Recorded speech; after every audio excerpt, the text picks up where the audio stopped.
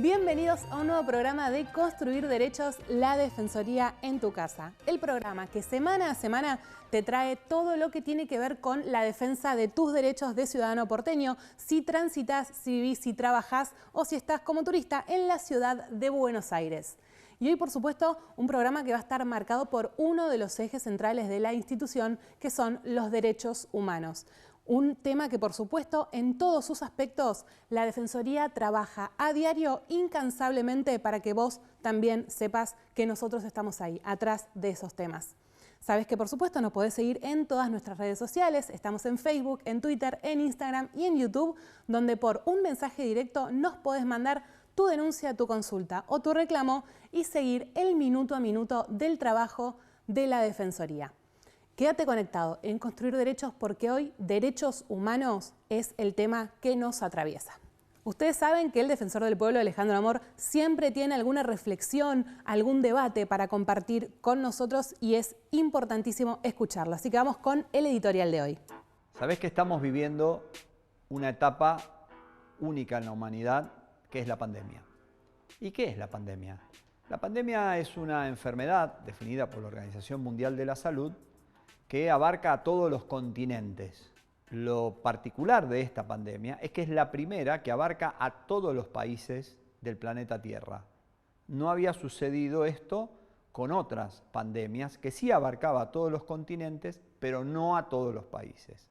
Después del comienzo de la pandemia, se lanzó lo que podemos denominar una especie de carrera entre los grandes laboratorios internacionales y los países sosteniendo a esos laboratorios para ver quién llegaba primero a la producción de la vacuna. Un salto científico de la humanidad de características extraordinarias. En muy pocos meses se logró que la humanidad contara con varias vacunas, algunas construidas sobre adenovirus, que es una forma tradicional de construcción de vacunas, y otras sobre una nueva modalidad que se llama el ARN mensajero. ¿Cuáles son?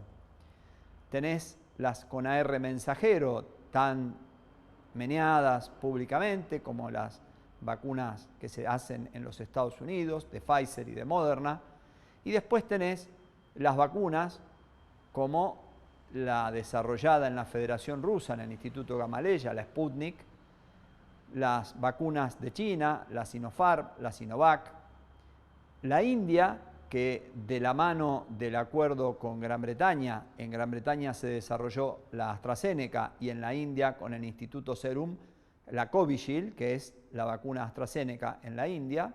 La realidad es que en este momento estamos en una etapa muy importante a la que se han sumado varios países produciendo vacunas. Uno de ellos Cuba, con la vacuna, por ejemplo, una de ellas Soberana. Argentina, en un hito importante, se ha sumado también en un convenio que se ha firmado con el Instituto Gamaleya y el Fondo Ruso de Inversión y la Federación Rusa para producir en la Argentina la vacuna Sputnik. Algo muy importante se va a hacer a través de laboratorios Richmond y nos va a permitir, en esta primera etapa, una producción mensual de aproximadamente unos 2 millones de vacunas. Pero al mismo tiempo que estamos en una lucha, el planeta Tierra, la humanidad en su conjunto, en la que hasta la fecha tenés una producción mundial de alrededor de 1.800 millones de dosis de vacunas, cuando lo que hay que vacunar es más de 7.500 millones de personas, es que la humanidad se ha encontrado con un punto crucial, que es: ha resultado más simple lograr la fórmula en el desarmado del virus para poder contrarrestarlo que después de lograr la fórmula poder desarrollar la vacuna. ¿Por qué? Porque una vacuna tiene frascos, tiene la goma que va sobre el frasco y el aluminio que lo rodea, que es justo donde se inserta la jeringa, las jeringas, las formas de refrigeración de las vacunas, algunas 70 u 80 grados bajo cero, como la Pfizer, otras 4 grados bajo cero, como la AstraZeneca, que hacen mucho más complejo todavía algo que realmente al principio no estaba en la cuenta, que era: hay que crear la fórmula. Bueno, después lo que vino es, hay que hacer la vacuna y hay que distribuir la vacuna. Mirá, es fácil. La Argentina, que le han llegado millones de dosis y le están llegando millones de dosis, al día de hoy tenemos 12 millones de personas vacunadas con primera dosis, casi 3 millones de personas vacunadas con segunda dosis. Es simple la entrada en la Argentina de las vacunas. También es más fácil la distribución en la ciudad de Buenos Aires, un distrito chico. Ahora, cuando vas a las provincias argentinas, por ejemplo Santa Cruz, ya tenés una mayor complejidad. La vacuna llega a Río Gallegos, capital de la provincia, y luego para ir a Caleta Olivia, por ejemplo, tenés 900 kilómetros, o para ir a Los Antiguos tenés 1.200 kilómetros. Por eso la complejidad en la logística y en la distribución de las vacunas y en la producción. Pero lo importante es que la Argentina se ha convertido, con el acuerdo que se ha hecho con la Federación Rusa, en el 8º país del mundo productor de vacunas. Un paso importantísimo, semejante a las políticas sanitarias llevadas a cabo en la Argentina en la década del 50, cuando Carrillo era el ministro de Salud de la Nación y la Argentina estaba a la cabeza justamente en la prevención a través de la vacuna o de otro tipo de medidas, como por ejemplo el descacharreo, hoy mencionado públicamente mucho para el dengue, pero que en ese momento fue fundamental. Ahora bien, ¿qué es lo que está sucediendo? Se está trabajando, y la Argentina es país pionero en este sentido, en lo que se denomina la segunda generación de vacunas. ¿Qué es la segunda generación de vacunas? Un salto científico hacia vacunas que van a tener mayor perdurabilidad en el tiempo, mayor duración en cuanto a la generación de anticuerpos para las personas que la reciban, y también distintas fórmulas ya no de inoculación por vía de jeringas, de inyecciones, sino que se están probando con spray nasales o con pastillas. La Argentina está desarrollando una vacuna de segunda generación en el Instituto Leluar y la Universidad Nacional de San Martín. Hay 18 vacunas que están en este momento desarrollándose. Estados Unidos, Rusia, Gran Bretaña, Argentina, Cuba, Alemania, que ha entrado también en la producción de vacunas, Australia, China, naturalmente, y la India. 18 vacunas de segunda generación que se están preparando para lo que viene el año que viene. ¿Y qué es lo que viene? La capacidad de un mundo con vacunas que tengan más durabilidad, que abarquen a todas las variantes posibles y cuando surja una nueva variante sea más simple de modificar para atacar esa variante, pero para ir a una producción anual de 11.000 millones de vacunas. Este es el nuevo desafío al que está abierto ahora la humanidad y que la Argentina está entre las 18 vacunas que se están desarrollando para esta nueva etapa. Un orgullo más de la producción y de la capacidad científica argentina, con varios premios Nobel y con trabajos que están siendo considerados en todo el mundo. Un orgullo para la República Argentina. Vamos ahora con la primera parte del informe sobre derechos humanos que Ana Clara Barbosa y su equipo prepararon para hoy. Y queremos que conozcas qué son los derechos humanos, por qué son importantes y fundamentalmente cuál es el rol y la importancia de los organismos como la Defensoría del Pueblo. Vamos con la primera parte del informe. Construir Derechos es el programa de la Defensoría del Pueblo de la Ciudad Autónoma de Buenos Aires. Si todavía no conoces este organismo o el trabajo que realiza, esta es tu oportunidad. Porque en este informe te vamos a contar cómo surge y cuáles son sus principales ejes de acción. La Defensoría del Pueblo es un organismo que defiende y promueve los derechos humanos. Por lo tanto, estos son un eje fundamental del trabajo. Así que empecemos por ahí. ¿Sabés qué son los derechos humanos? Los derechos humanos son derechos inherentes a todos los seres humanos, sin distinción alguna de sexo, nacionalidad, origen étnico, lengua, religión o cualquier otra condición. Entre estos derechos se incluyen el derecho a la vida, a la libertad de expresión y de opinión, a no estar sometido a la esclavitud ni a la tortura, al trabajo, a la educación, a la salud, entre un montón de otros más. Ya sé, quizás hoy parece un poco obvio hacer hincapié en algunos de estos derechos. Sin embargo, no hay que naturalizarlos. En nuestra historia hubo momentos en los que se violaron sistemáticamente todos los derechos humanos, como cada vez que se interrumpió el orden institucional con golpes de Estado. Especialmente en el último, entre 1976 y 1983, el Estado violó de manera sistemática y organizada los derechos humanos a través de la privación ilegítima de la libertad de las personas, las desapariciones forzadas, la tortura y la apropiación ilegal de bebés. Fue en este contexto que surgieron y se desarrollaron muchas organizaciones de derechos humanos, tales como Abuelas de Plaza de Mayo, Madres de Plaza de Mayo, APDH, CELS, Familiares de Desaparecidos y Detenidos por Razones Políticas, entre otras, que hoy son referentes por su lucha y por su trayectoria, tanto en Argentina como en el mundo. Durante la dictadura, fueron los familiares de las víctimas y los organismos de derechos humanos quienes, ante la falta de respuesta del Estado, documentaron y denunciaron los delitos y lograron que en la comunidad internacional se hiciera eco de lo que pasaba en el país. Ya en democracia, por el impulso de estos organismos, se logró enjuiciar y condenar a las juntas militares en 1985, derogar y anular las llamadas leyes de impunidad, como fue la ley de punto final y la ley de obediencia debida, declarar inconstitucionales los indultos firmados por el expresidente Menem en 1989 y 1990, llevar a juicio a más de 3.000 personas por delitos de lesa humanidad y lograr que casi 1.000 de ellas fueran condenadas por violaciones a los derechos humanos en el marco del terrorismo de Estado. Muchos de estos juicios aún se siguen llevando adelante en todo el país. Estas organizaciones siguen trabajando incansablemente hasta el día de hoy para preservar la memoria de los crímenes del terrorismo de Estado, para que se conozca la verdad de lo sucedido y para que se haga justicia por las víctimas. La Asociación Abuelas de Plaza de Mayo, por ejemplo, desde sus inicios en 1977 hasta la actualidad, se dedica a la búsqueda de nietos y nietas que fueron apropiados durante la dictadura, ya sea por haber nacido en cautiverio o haber desaparecido junto a sus padres y madres. Entre las acciones que realizan con este fin se encuentran un montón de campañas de concientización y difusión, además de contar con una red por el derecho a la identidad que funciona en más de 40 ciudades de todo el país e incluso en el exterior, en la cual trabajan en la búsqueda de los nietos y de las nietas con otras organizaciones. Además, cuentan con un archivo biográfico familiar para reconstruir la historia de los desaparecidos y desaparecidas y poder transmitírsela a aquellas personas que recuperan su identidad. Actualmente, la Defensoría se encuentra trabajando junto con los organismos de derechos humanos en la digitalización de toda la documentación e información que ellos vienen recopilando desde su fundación, para una mejor identificación y gestión de la misma.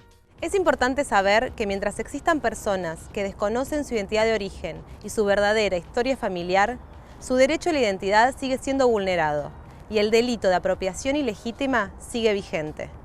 Si tenés dudas sobre tu identidad o conoces a alguien que pueda ser hija o hijo de desaparecidos, podés contactarte con Abuelas al 011-4384-0983. Tenemos todavía la segunda parte del informe, la entrevista de cada programa, así que quédense conectados acá en Construir Derechos porque todavía queda mucho en Construir TV.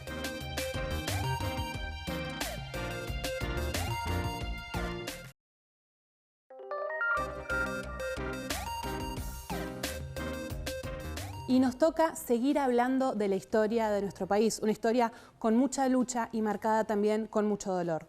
Por eso es importante seguir haciendo memoria, seguir trabajando en todo lo que involucra a los derechos humanos y también el acompañamiento de instituciones como la Defensoría del Pueblo a estos organismos. Ana Clara Barbosa y su equipo nos traen la segunda parte del informe. Sigamos con nuestra línea de tiempo. Los años fueron pasando y en 1998 se sancionó y promulgó en la legislatura porteña la ley número 3, que da inicio a la Defensoría del Pueblo de la ciudad, teniendo como referencia la creación de las Defensorías del Pueblo en España. Como dijimos antes, la Defensoría es un organismo que defiende, promueve y protege los derechos humanos y demás derechos y garantías e intereses individuales y colectivos previstos en la Constitución Nacional, la Constitución de la Ciudad y las leyes. La Defensoría defiende estos derechos ante los actos, hechos u omisiones del Estado, los prestadores de servicios públicos y las fuerzas de seguridad. Se trata de un organismo unipersonal e independiente que cuenta con autonomía funcional y autarquía financiera y que además de atender las necesidades de los vecinos y las vecinas, promueve espacios de difusión, debate y análisis crítico en torno de los derechos y su grado de cumplimiento. Entre sus principales acciones se encuentran un espacio de mediación totalmente gratuito para resolver problemas entre vecinos, iniciativa legislativa, lo que le permite presentar proyectos de ley que surgen muchas veces de la propia demanda de los vecinos y vecinas, canales de atención para que puedas hacer tus consultas o realizar reclamos que funciona activamente. Por ejemplo, durante el 2020 se atendieron alrededor de 100.000 consultas. Participación en las audiencias públicas donde se definen aumentos tarifarios de servicios públicos. Elaboración de guías de derechos con el fin de acercar información acerca de los mismos a la sociedad y áreas de trabajo diversas para atender la particularidad de cada reclamo o consulta, además de trabajar en la elaboración de informes, trámites de oficio y recomendaciones que se elevan a diferentes organismos públicos. Estas áreas muchas veces también realizan capacitaciones y articulan con otras organizaciones para trabajar de manera integral problemáticas concretas. El compromiso de la Defensoría es grande. Por ejemplo, en un año con una situación sanitaria como la que nos tocó atravesar producto de la pandemia por el COVID-19, donde la presencia del Estado fue fundamental, la Defensoría acompañó e intervino para garantizar que todas las personas gozaran de sus derechos según cada situación particular. Además, se realizó un fuerte trabajo recorriendo centros de salud y hospitales para observar cuáles eran las condiciones de bioseguridad y escuchar las necesidades de los y las profesionales que estaban poniendo el cuerpo en la primera línea de batalla contra la pandemia. Desde la Defensoría del Pueblo hay un fuerte compromiso por apoyar y fortalecer las políticas de memoria, verdad y justicia, así como de monitorear el cumplimiento de las políticas públicas referidas a cada uno de los derechos fundamentales enmarcados en los tratados internacionales de los derechos humanos, tales como el derecho a la libertad, a la vida, a la seguridad, a la igualdad, a la alimentación, a la vivienda, a la educación, a la salud, a la cultura, entre muchos otros derechos básicos. El resguardo y la protección de estos derechos es un trabajo fundamental en la búsqueda de una vida más digna y justa para todos y todas. Por eso, si te maltratan, te discriminan o te niegan un derecho, acércate a la Defensoría del Pueblo. Tenés quien te defienda. Y como en cada emisión, Alejandro Amor entrevistó a una persona que es referente en la lucha por los derechos humanos. Por eso para nosotros es muy importante compartir hoy con ustedes la entrevista.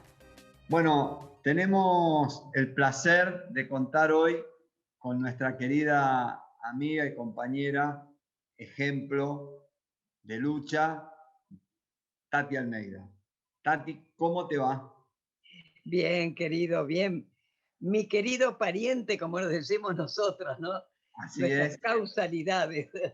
Muy bien, Alejandro. Encantada, ¿te imaginas de estar con vos? Porque mi madre, qué flor de defensor del pueblo que sos vos, ¿eh? Es fantástico. Tati, quería, obviamente lo que te voy a mostrar, sé que es tu vida, es tu alma, es tu amor, y bueno, lo tengo en la mano y por eso quería realmente preguntarte justamente este libro que me lo regalaste. Cuando Alejandro desapareció el 17 de junio del 75, ¿cómo era tu vida hasta antes de la desaparición de Alejandro?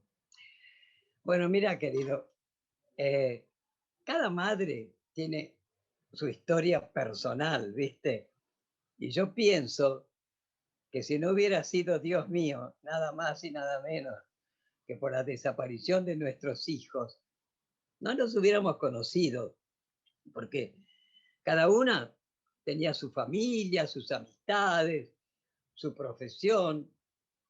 Yo también caí en la escuela pública, así que soy docente, jubilada, y te juro, Alejandro, nunca pensé que después de tantos años iba a seguir haciendo docencia por la vida, con un pañuelo blanco en la cabeza, ¿viste? Yo tenía 45 años cuando se lo llevaron a Alejandro. O sea, 45 años que viví en una burbuja. Y justamente yo tengo 3 hijos, Jorge, Alejandro y María Fabiana. Alejandro vivía conmigo, él estaba, y con Fabiana. Él estaba cursando primer año de medicina, trabajaba en el Instituto Geográfico Militar, el director Santiago Omar Rivero. Y un día, Alejandro llegó el 17 justamente de junio, llegó de la calle y me dice, mira mamá, yo no voy a trabajar mañana porque tengo un parcial, esperate, ya vengo. Yo te cuento que Alejandro, él me cuidaba, me preservaba, él no me contaba nada de su actividad, digamos, él de su militancia. Él militaba en el ERP, pero ya te digo, yo no tenía idea de nada. Le digo, bueno, apurate, querido, que ya es tarde. Fue lo último que escuché de Alejandro. Alejandro, cuando él no venía a dormir, me dejaba un papelito, me decía, no vengo. Yo no encontré nada al otro día, cuando me levanto. Pero en un mueble encuentro una agenda de teléfonos y en las últimas 24 hojas, poesías, 24 poesías. Hay una poesía que me la dedica a mí, ¿viste? Por si algo le pasa. Bueno, es tremenda, es una despedida. Él sabe que lo van a matar. Bueno, cuando leí una y otra vez esas poesías, yo ahí recién, Alejandro, empecé a conocer la otra faceta de Alejandro, ¿viste? Su compromiso, su repudio por la injusticia. Hay una incluso que es cuando la masacre de Trelew. Ahí tenía 17 años.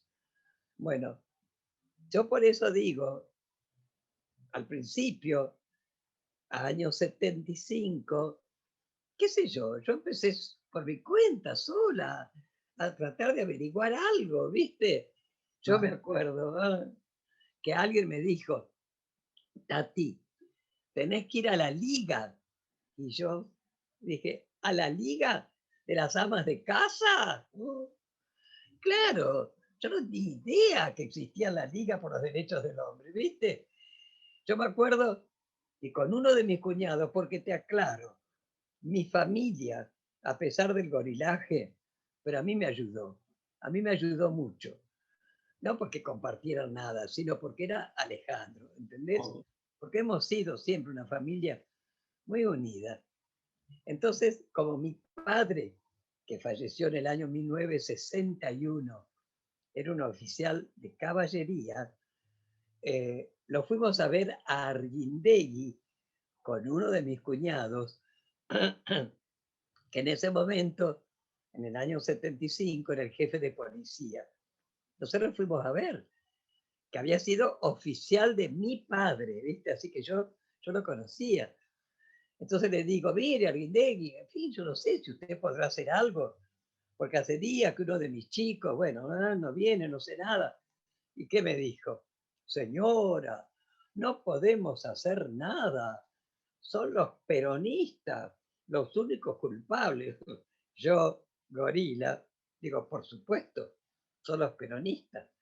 Ahora, ¿sabes qué pasa, Alejandro? Yo, por ejemplo, Camps, de Paraná, yo soy Uranga por parte materna, ¿no? Así que yo lo conocía de jovencita. Galtieri, jefe de mi hermano coronel. Salíamos, íbamos a comer. Agosti, compañero de uno de mis cuñados y además padrino de uno de mis sobrinos. Yo con esto te quiero decir que a todos estos personajes que yo conocía, no entraba en mi cabeza que eran ellos ya los genocidas cómplices de la desaparición de Alejandro. Yo no podía concebir cómo será que después de muchos años, un periodista se acercaba un 24 de marzo, ¿no? Entonces me preguntó, Tati, ¿qué sentiste vos el 24 de marzo del 76? Yo digo, mirá, yo te lo voy a contestar con la mente de la Tati de antes, porque si bien yo estoy feliz de haber parido a mis 3 hijos, pero Alejandro me parió a mí, parió a Tati Almeida, y es lo que le dije a este periodista, pero yo debo contestar con la mente de antes de ser parida por Alejandro. Yo lo he contado muchas veces, lo que dije ese 24 de marzo, al fin se van estos negros de mierda y vienen mis conocidos y yo lo voy a recuperar, Alejandro. Es lo que yo creía, ¿entendés?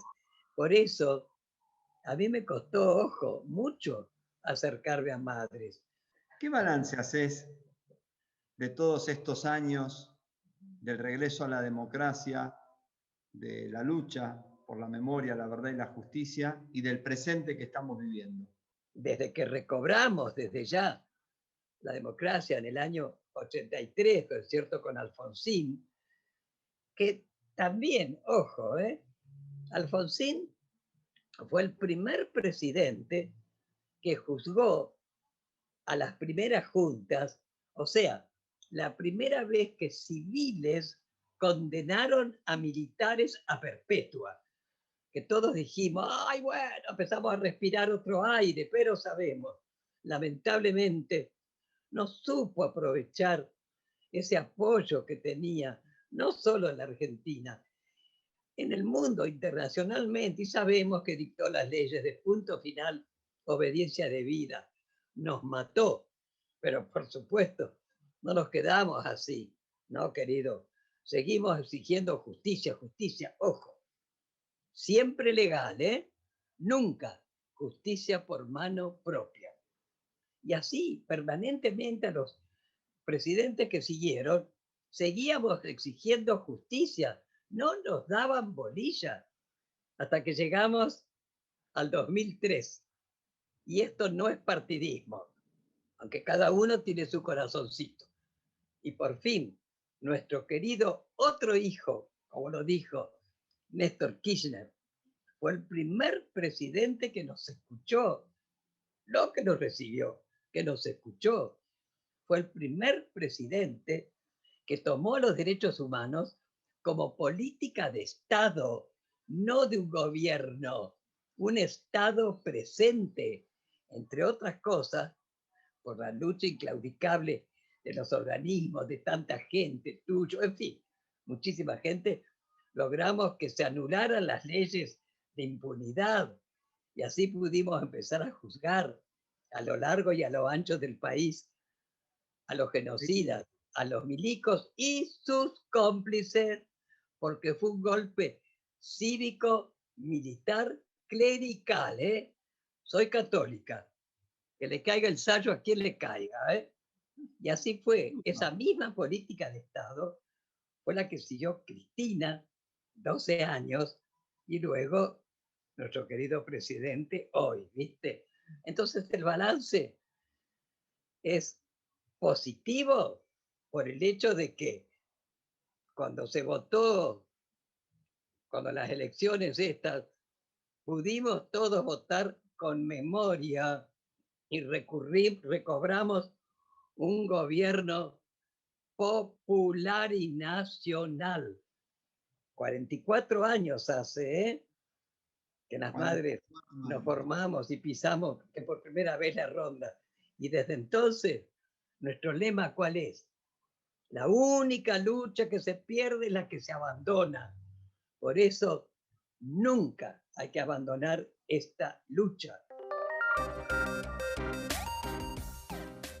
Gracias por haber compartido otro programa de Construir Derechos con nosotros. Un programa que hoy estuvo atravesado por los derechos humanos, como está atravesado el trabajo diario de la Defensoría del Pueblo. Así que nosotros seguimos compartiendo información con ustedes, pero va a ser en un próximo programa, así que nos vemos pronto.